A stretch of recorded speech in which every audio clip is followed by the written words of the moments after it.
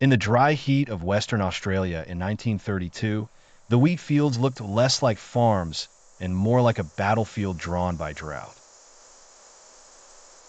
The settlers had done everything asked of them.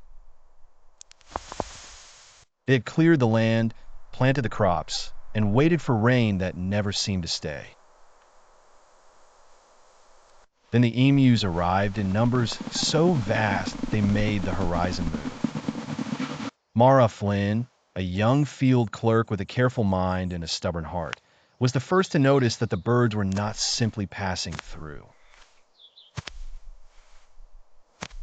They traveled like an army, tall bodies cutting through fences, long legs striking through the brittle earth, their dark eyes fixed on the green rows of wheat, as if the crop belonged to them by ancient law. Are you Farmers kidding me? cursed. This is insane! Children stared. One old man swore the emus had the expression of soldiers who had already won.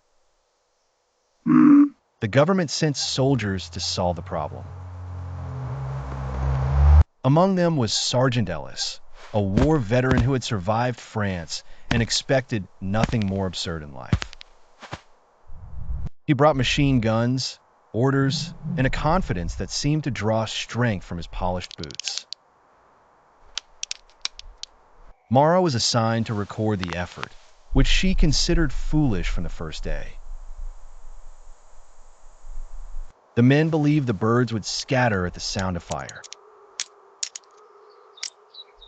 The emus, however, had never read military manuals. At dawn, the first ambush began beside a dusty dam. The soldiers waited in silence while the emus approached in a wobbling line, their feathers stirred by the wind. At Ellis's signal, the gunner opened fire.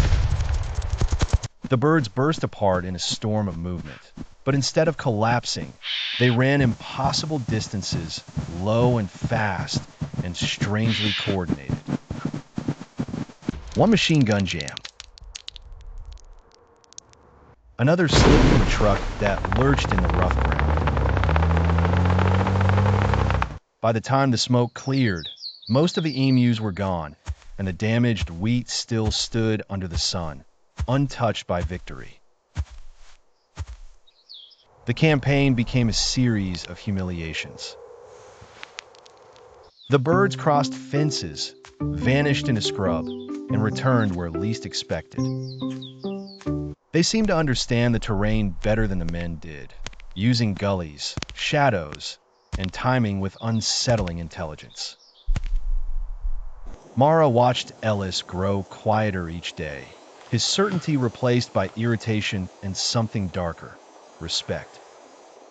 The farmers laughed at first, then stopped laughing when the emus kept destroying months of labor with every raid. One evening, Mara found Ellis alone beside the truck, staring at the setting sun. He said the war had taught him that enemies could be beaten by force, but not always by wisdom.